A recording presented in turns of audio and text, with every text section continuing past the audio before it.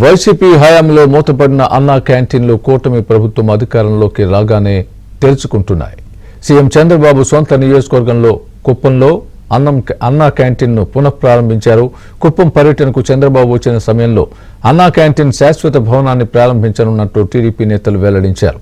అప్పటి వరకు ఎన్టీఆర్ విగ్రహం వద్ద అన్నా క్యాంటీన్ను ఎన్టీఆర్ ట్రస్ట్ ద్వారా నిర్వహిస్తున్నారు. అన్నా క్యాంటీన్ను తిరిగి ప్రారంభించడంతో కుప్పం వాసులు సంతోషాన్ని వ్యక్తం చేస్తున్నారు.